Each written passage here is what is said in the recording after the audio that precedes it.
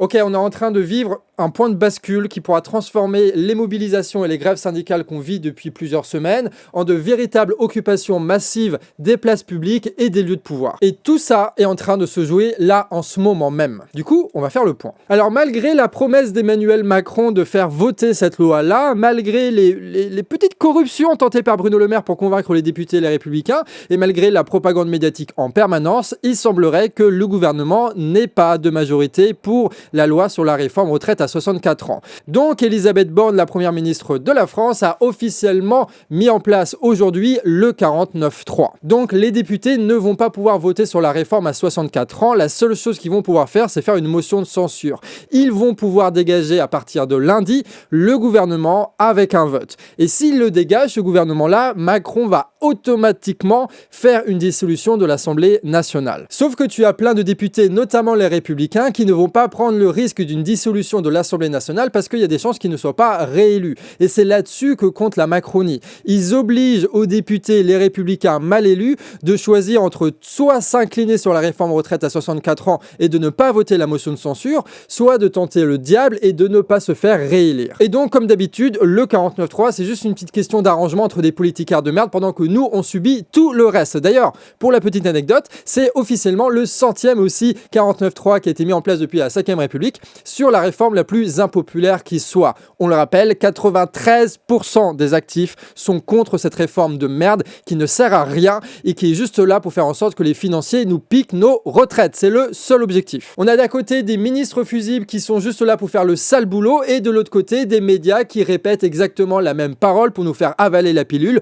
On connaît ce système-là depuis des années et des années, donc on ne se fait plus avoir, c'est terminé. Et en réponse, spontanément, il y a des mobilisations partout en France. Où que tu sois, il y a des manifestations qui sont en train de se mettre en place. Et à Paris, tu as la place de la Concorde qui est en train en ce moment de se remplir. Et donc évidemment, il faut y aller. Il faut y aller dans ces rassemblements-là. Mais il faut savoir pourquoi on y va. C'est ça le plus important. On vous disait hier que tout ne faisait que commencer. Et là, on est en train d'assister à un point de bascule. Parce que nous constatons que les manifestations n'ont pas suffi. Les grèves n'ont pas suffi. Et qu'il va falloir quand même aller jusqu'au bout parce qu'il y a cette réforme retraite là qui fait chier et qu'il y a l'inflation qui fait chier aussi à côté et que tu as tous les autres trucs qui sont en train de nous bouffer. Aujourd'hui, nous devons en terminer avec les manifestations qui n'aboutissent à rien, avec les appels à la grève qui n'arrivent jamais, avec les rassemblements où on ne fait rien d'autre que se regarder dans le blanc des yeux. Nous sommes au bout de la stratégie syndicale et tant mieux, on va pouvoir passer à l'action à partir de maintenant. Si nous devons nous rassembler, c'est pour ne pas partir. Si nous devons nous rassembler, c'est pour ne plus se quitter. Si nous devons nous rassembler, c'est pour occuper ces espaces publics pour faire en sorte que chaque personne en France sache où aller s'il veut se mettre en action. Et c'est d'ailleurs pour ça que spontanément on va tous dans ces rassemblements-là. C'est pour agir,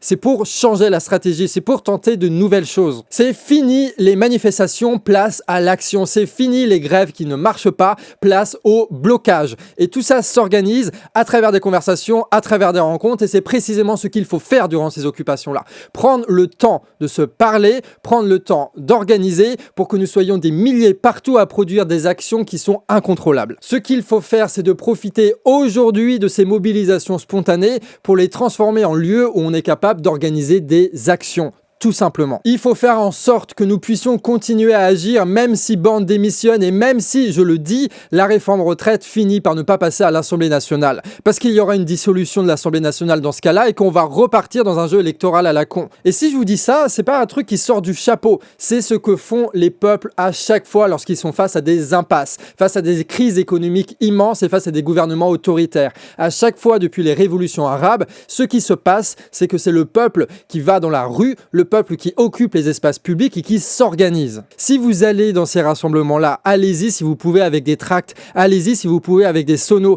allez-y si vous le pouvez avec en tête le fait de parler à un maximum de personnes possible, à prendre un maximum de numéros. Faites en sorte que vous ne repartiez pas de là sans savoir précisément ce que vous ferez demain comme action. N'attendez les consignes de personne, n'attendez l'autorisation de personne et n'attendez de personne qu'il pose une date ou une proposition. Faites tout ce que vous pouvez faire à partir de maintenant. Et tant mieux, il y a plein de gens qui vont arriver avec la même mentalité dans ces rassemblements-là. Alors, amis réfractaires, vous qui regardez des vidéos sur Internet, il est temps aujourd'hui de se mettre en action. Faisons en sorte que ces mobilisations deviennent des occupations dans lesquelles nous pourrons nous organiser pour la suite. Faire en sorte que les blocages qui ont démarré le 7 mars ne s'arrêtent jamais. Nous avons aujourd'hui l'occasion unique de faire un grand pas, alors saisissons-la. Plus que jamais, nous sommes légitimes à agir et n'oubliez pas que ce sont eux les traîtres, ce sont eux les menteurs, ce sont eux les manipulateurs. Nous sommes légitimes, nous le peuple, à prendre le pouvoir